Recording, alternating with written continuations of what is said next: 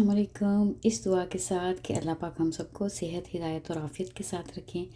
आज यहाँ पे आपके साथ अपनी एक रेनी डे की रूटीन शेयर करने जा रही हूँ। और ये जो अभी अभी आपने बिजली देखी है ना, यही बिजली यूट्यूब ने गिराई है बहुत से चैनल्स को डीमोनेटाइज़ करके उन कंटेंट क्रिएटर्स पर। तो आज की वीडियो में थोड़ी सी ये भी बात करेंगे क्या वजह है, क्या वो गलतियां हैं जिसकी वजह से इतने सारे लोग जो हैं उनके चैनल्स की सब मेहनत ज़ाया हुई और उनके चैनल डीमोनेटाइज हुए। मेरे साथ वो कुछ ऐसे लोग जो जब मैं वॉच टाइम कंप्लीट करने के लिए लाइव किया करती थी, या जैसे हम लोगों ने स्टार्ट किया चैनल और फिर आहिस्ता आहिस्ता मेहनत करते हुए अपनी गलतियों से सीखते हुए चैनल को आगे तक लेके आए, यहाँ तक पहुँचे हैं। तो ऐसे ही साथ कुछ और लोग थे जिनमें से अक्सर लोग जो है ना अब इस वक्त इस परेशानी का शिकार हैं, क्योंकि हम अपने साथ जो लोग मेहनत करके हमारे साथ साथ चल रहे थे, जब उनको देख रहे हैं ना कि उनके चैनल भी डीमोनेटाइज हो रहे हैं, तो फिर ये थोड़ी सी फिक्र अंगेज़ बात तो है। तो बस आज थोड़ा सा मेरे जहन में ये था कि ये इसी सिलसिले में बात करते हैं थोड़ी सी कि क्या रीज़न है, क्या वो गलतियां हैं, हमें किन बातों का ख्याल रखना है, और ये यूट्यूब ने क्या कोई नई पॉलिसी बना ली है कि जिसकी वजह से लोगों के चैनल इतनी बड़ी तादाद में डीमोनेटाइज हो रहे हैं। तो यहाँ जनाब वीकेंड भी था और मौसम ऐसा है कि बर्फ़बारी तो ख़त्म हो गई, तो अब हमारे पास तकरीबन रोज़ ही बारिश हो रही होती है। बच्चे घर पे होते हैं तो कुछ ख़ास स्पेशल नाश्ता बनता है इकट्ठे, मतलब सब जैसे एक फैमिली के तौर पे नाश्ता करें। तो ये वीकेंड पे थोड़ा सा घर का जो लुक होती है, जो माहौल होता है वो डिफरेंट होता है कि सब इकट्ठ घर में मौजूद होते हैं। तो बस वो कुछ नाश्ता है, उसके बाद कुछ मुझे शॉपर्स पे जाना था, तो मुझे कुछ डॉक्यूमेंट्स पोस्ट करने थे, वहाँ गई। तो और उसके बाद ये था कि बेटी को फ्रेंड की तरफ ड्रॉप करना था, फिर वापस आके कुकिंग की और वेजिटेबल्स वगैरह आई हुई थी ग्रोसरी से, जो उनको रेडी मतलब कटिंग वगैरह की और उनको मैंने समेटा। और यहाँ पे देखें मॉर्निंग में बहुत अच्छी काफ़ी रेन थी, और ये तकरीबन 9 बजे से कुछ देर पहले का टाइम है। जैसे स्कूल गोइंग जो बच्चे हैं ना, हमारे बिल्कुल सामने पब्लिक स्कूल है, तो जैसे इस टाइम पे वॉक करते हुए पेरेंट्स जो हैं वो बच्चों को स्कूल छोड़ने के लिए जा रहे हैं। और साथ ही साथ ये देखें यहाँ पे जब विंटर्स एंड होता है ना, तो यहाँ पे कंस्ट्रक्शन का काम फ़ौरन ही स्टार्ट हो जाता है। तो कुछ ना कुछ हमें राइट लेफ़्ट नज़र आ रहा होता है कि कुछ ना कुछ बन रहा है। तो खैर ये तो चलता रहेगा। उसके बाद मैंने अपने रूटीन के क्लीनिंग वगैरह घर के सारे काम ख़त्म किए, और फिर वो चिकन जो है वो भी बहुत ही मज़े की, उसकी रेसिपी मैं ऑलरेडी शेयर कर चुकी हूँ, बटर चिकन है। और वो बनाया, और फिर एंड में फिर बेटी को वापस लेने के लिए जाना था। तो बस यही है पूरी जो आज की मेरी वीडियो। ये देखें यहाँ पे ये कितने खूबसूरत फ्लावर्स हैं। आमतौर पे जो नज़र आते हैं ये उससे थोड़े से डिफरेंट थे, क्योंकि ये थे शॉपर्स में, शॉपर्स ड्रग मार्ट पे। तो बहुत ही खूबसूरत थे। और फूल तो ऐसी चीज़ है कि देखते ही इंसान का दिल खुश हो जाता है, मूड ही खुशगवार हो जाता है। बात जो शुरू में मैंने की थी यूट्यूब से रिलेटेड, वो ये है कि अक्सर लोग जो है ना जिनके चैनल डीमोनेटाइज हो रहे हैं, उनको जो मेल आ रही है उसमें यूट्यूब ने जो जिसकी वजह बताई है ना, वो है इनऑथेंटिक कंटेंट।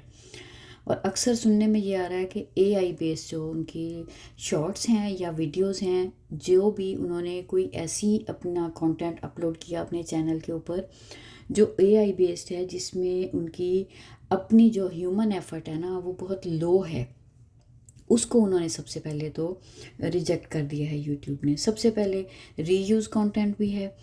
आपने करना क्या है, अब हम लोगों ने कॉपीराइट फ्री होनी चाहिए हर चीज़। अगर हम कोई भी अपने चैनल पे ऐसी चीज़ यूज़ कर रहे हैं ना जो हमारी अपनी ओरिजिनल नहीं है, तो मैं तो ये कहूँगी कि पहले चेकिंग होती थी, ह्यूमन बेस्ड सिस्टम था यूट्यूब का।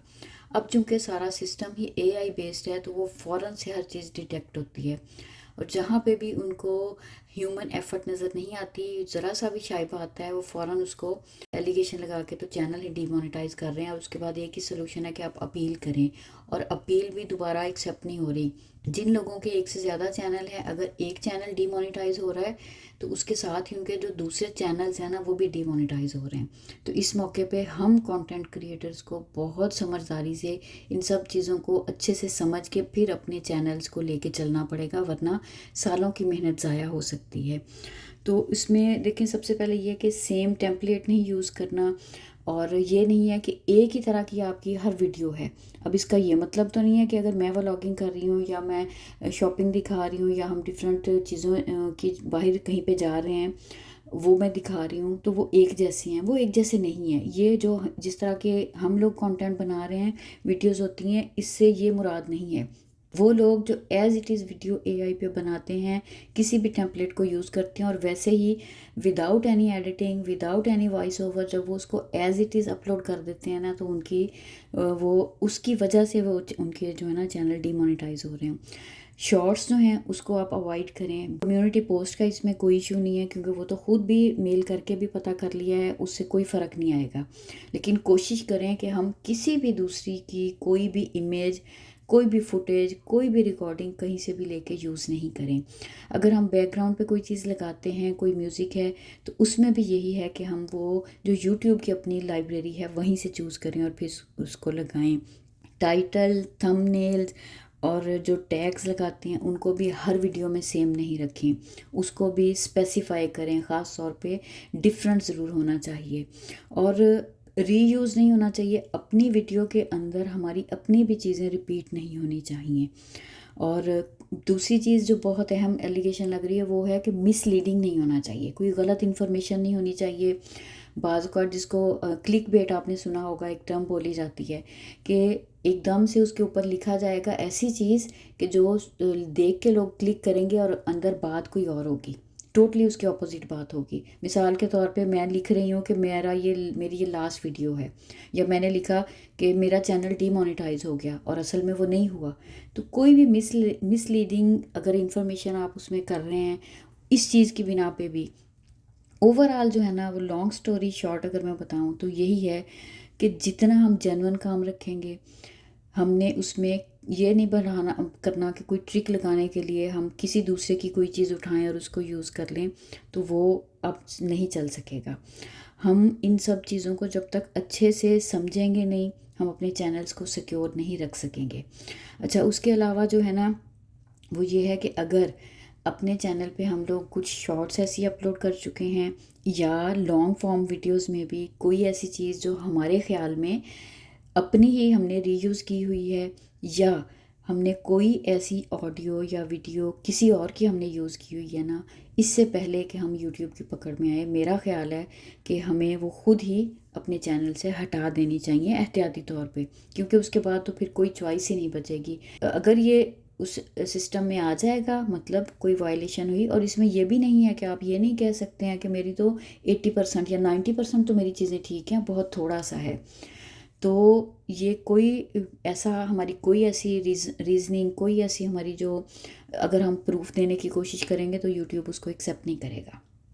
तो बस ये कुछ चीज़ें जो मैंने डिफरेंट लोगों की वीडियोस को देख के और यूट्यूब की जो अपनी पॉलिसी है या फिर जिसका चैनल डीमोनेटाइज हुआ है उनको जो मेल आई है उसको मैंने पढ़ के और फिर ये कुछ चीज़ें मैंने समझी थी, तो मैंने सोचा कि जैसे मुझे समझ आई है आसान लफ्ज़ों में मैं अपनी वीडियो में ये अपने देखने वालों को ज़रूर बताऊँ, ताकि वो लोग जो मेरी तरह से कंटेंट क्रिएट करते हैं, मेहनत कर रहे हैं अपने अपने चैनल्स पे, तो उनकी मेहनत ज़ाया ना हो, ताकि हम इन गलतियों को अवॉइड करें। और अगर ऐसा कुछ है तो अपने अपने चैनल के ऊपर इससे पहले कि यूट्यूब कोई एक्शन ले, हम खुद से अपना ख्याल कर लें और अपने चैनल पे अगर कोई ऐसी चीज़ हो उसको हम रिमूव कर लें।